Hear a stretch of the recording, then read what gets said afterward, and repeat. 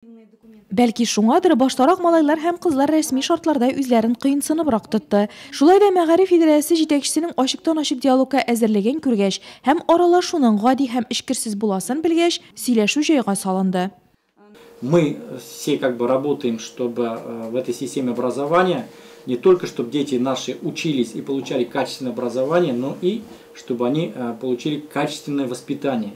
Вот тем самым услышать ваше мнение, какие же пути решения вот этих вопросов вы нам будете предлагать. И, конечно же, помогать в этом. Россия мәктәп укучылары хәрәкәте, җиңү волонтерлары, Татарстан варислары берлеге, бүгенге көндә Нурлатның барлык балалар оешмалары Яңа Буын исемле район советы астында берләшә. Ул балалар иҗаты үзәге базасында эшли. Шулай да үзара хезмәттәшлекне көйләү артык булмас дигән фикер белән укучылар Нурлатның баш педагогы белән очрашырга булган. Этот круглый стол организован с целью. Бу түгәрәк өстәл муниципаль берәмлек һәм балалар иҗтимагый оешмалары арасындагы хезмәттәшлекне формалаштыру максатында үткәрелә. Очрашу барышында оешмалар лидерлары әлеге эшкә ничек керешеп киткәннәре хакында сөйләде. Чарада алда торган проектлар өстендә эшләү, үз штабларын булдыру, иҗтимагый оешмаларны финанслау темалары да күтәрелде. Квартал сайын басылучы газеталар белән мактанды алар.